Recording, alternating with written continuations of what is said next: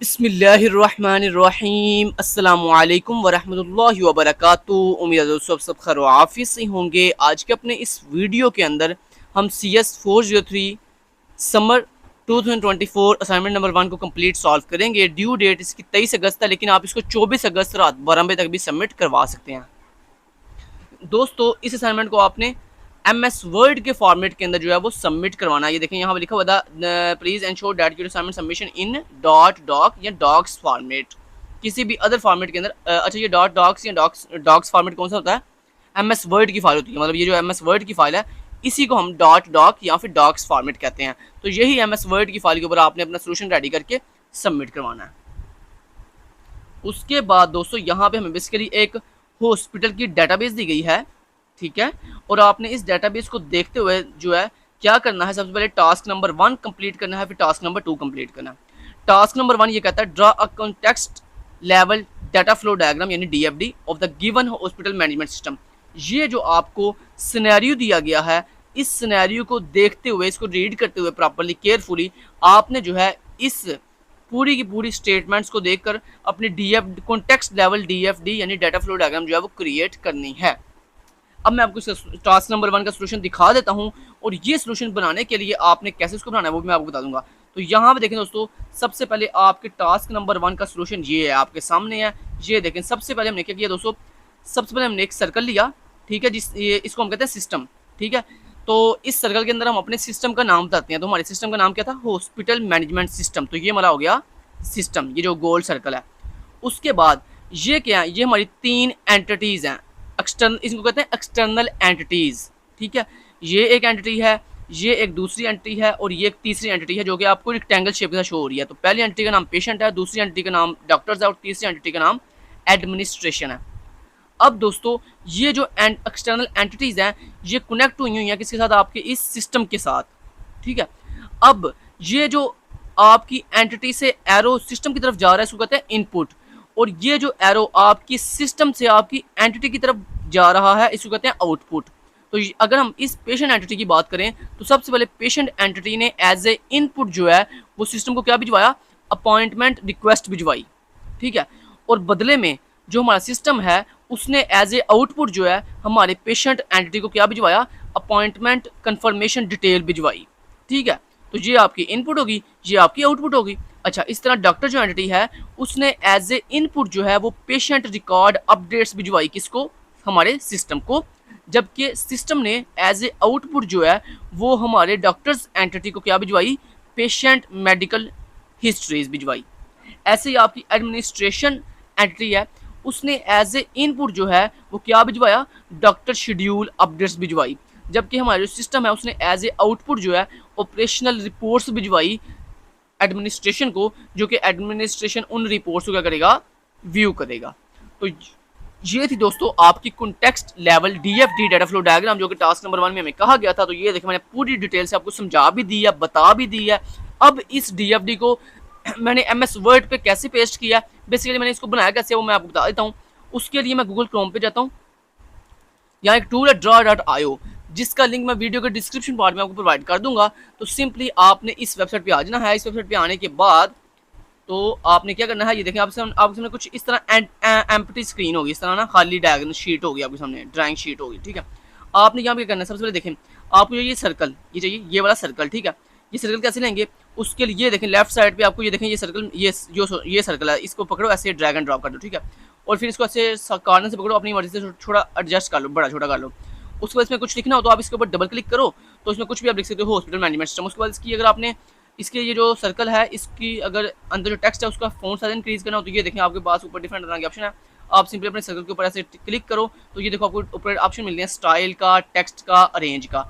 यहाँ पे स्टाइल के अंदर आप इसकी ये जो बाउंड्री है, ये जो बॉर्डर है इसका, ये यहाँ से इंक्रीज कर सकते हैं, ठीक है। उसके बाद इसके टेक्स्ट में जाकर आप इसके टेक्स्ट को बोल्ड कर सकते हैं, इसका फॉन्ट साइज इंक्रीज कर सकते हैं। उसके बाद नेक्स्ट हमें क्या चाहिए? हमें ये एंटिटी बनाने के लिए ये चाहिए रेक्टेंगल शेप। तो ये रेक्टेंगल शेप ये देखें ये पड़ी हुई है, ये देखें ये है जी रेक्टेंगल शेप। इसको पकड़ें, ऐसे ड्रैग एंड ड्रॉप, ऐसे ड्रैग एंड ड्रॉप, ऐसे ड्रैग एंड ड्रॉप, ठीक है। उसके बाद इस एंटिटी के ऊपर डबल क्लिक करें, इसमें कुछ भी लिख सकते हैं, पेशेंट, इसमें डॉक्टर और इसमें एडमिनिस्ट्रेशन, ये भी बन गया। उसके बाद हमें क्या चाहिए? हमें ये बार्स चाहिए, ये एरोज चाहिए। तो ये एरोज कहाँ से लेंगे, ये देखें जनाब, ये आपके एरोज हैं, इन एरोज को पकड़ो, ऐसे ड्रैग एंड ड्रॉप कर दो, मतलब एक सिरा ऐसे कनेक्ट कर दिया, मान लो ऐसे कनेक्ट कर दिया, और दूसरा सिरा आपने ऐसे कनेक्ट कर दिया, ठीक है। इसको अपनी मर्जी से बाद में एडजस्ट कर दीजिएगा, ऐसे प्रॉपर तरीके से, ऐसे इसको थोड़ा नीचे लाकर ऐसे एडजस्ट कर लीजिएगा, ठीक है।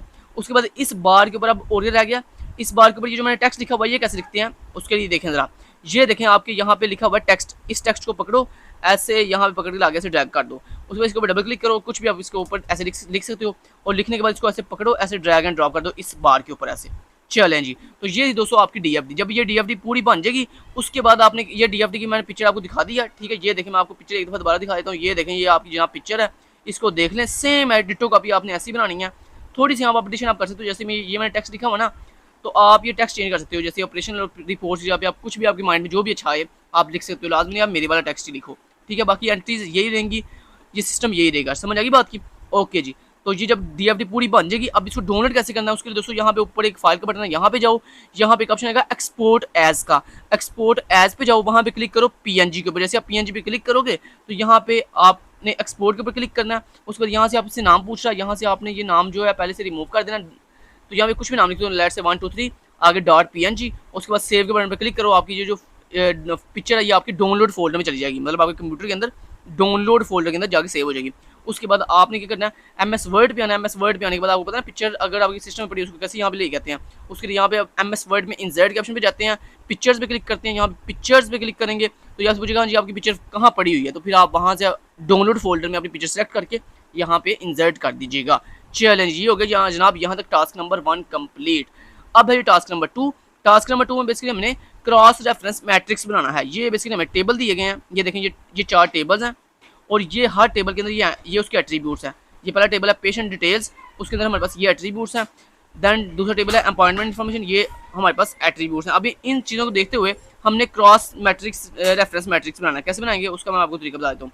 सबसे पहले दोस्तों एक टेबल आपने एक सिंपल एक टेबल लेना, टेबल लेने के बाद आपने क्या करना है, सबसे पहले देखना है आपके पास कितने टोटल टेबल्स हैं। तो यहाँ पे कितने टेबल दिए गए हैं, patient details, appointment information, doctor schedule और मेडिकल रिपोर्ट, 4 टेबल हैं। तो आपने 5 कॉलम बना लेने हैं, देखो first, second, third, fourth and fifth. पहला कॉलम छोड़ देना, दूसरे कॉलम में आपने पहले टेबल का नाम लिखना है, फिर दूसरे टेबल का नाम, फिर नेक्स्ट टेबल का नाम, फिर नेक्स्ट टेबल का नाम, टेबल का नाम लिख लिया। उसके बाद दोस्तों ये जो आपके पास एट्रीब्यूट्स हैं, जैसे कि पहले टेबल के एट्रीब्यूट हैं, इन टेबल के एट्रीब्यूट्स को 1 बाय 1 आपने रोज के अंदर लिखना है। पहला एट्रीब्यूट पेशेंट आईडी, दूसरा एट्रीब्यूट पेशेंट नेम, तीसरा एट्रीब्यूट कॉन्टैक्ट इन्फो। ऐसे ही आपने ये जो सारे आपको चारों टेबल्स के अंदर ये सारे एट्रीब्यूट दिए गए ना, ये सारे एट्रीब्यूट 1 बाय 1 आपने रोज के अंदर लिखने हैं। लेकिन एक बात का ख्याल रहे, डुप्लीकेट नहीं लिखना। जैसे देखो ये पेशेंट आईडी है ना, यहाँ पे देखो इस टेबल में पेशेंट आईडी है और इस टेबल के अंदर भी पेशेंट आईडी है और इस टेबल के अंदर भी पेशेंट आईडी है। तो यानी पेशेंट आईडी सिर्फ एक ही दफ़ा लिखना, मतलब जो आपने एट्रीब्यूट एक दफ़ा लिख देना उसको दोबारा रिपीट नहीं करना। यानी कहने का मतलब यह यहाँ पे आपने सारे यूनिक एट्रीब्यूट्स लिखने हैं। उसके बाद फिर क्या करते हैं, फिर दोस्तों सबसे पहले आपने देखना है यहाँ पे कि ये जो पेशेंट आईडी वाला एट्रीब्यूट है ये किस किस टेबल के अंदर मौजूद है। ये देखो पेशेंट आईडी जो है ये आपके पेशेंट डिटेल वाले टेबल में मौजूद है। तो देखो मैंने क्या किया, पेशेंट आईडी के बिल्कुल आगे पेशेंट डिटेल के नीचे टिक लगा दी। मतलब ये टिक का मतलब क्या है कि ये वाला जो एट्रीब्यूट है पेशेंट आईडी ये इस पेशेंट डिटेल वाले टेबल के अंदर मौजूद है। उसके बाद देखें नेक्स्ट चलते हैं। नेक्स्ट दोस्तों मुझे बताएं क्या आपके अपॉइंटमेंट इन्फॉर्मेशन वाले टेबल के अंदर पेशेंट आईडी वाला कॉलम है? नहीं, यहाँ पे ये वाला कॉलम नहीं है। तो देखें यहाँ पे यही हमने किया, देखो यहाँ पे इस बॉक्स में हमने टिक नहीं लगाया। उसके बाद डॉक्टर शेड्यूल वाले टेबल के अंदर क्या आपकी पेशेंट आईडी वाला कॉलम है? यस है। देखते हैं, मैं आपको दिखाता हूँ। ये देखें जरा, ये पड़ा हुआ है पेशेंट आईडी। तो हमने यहाँ पे जाके क्या कर दिया, टिक लगा दिया। मतलब कहने का ये दोस्तों आपने ये देखना होता है कि ये एट्रीब्यूट क्या इस टेबल में मौजूद है। अगर है तो टिक लगा दें, नहीं है तो नहीं लगाना।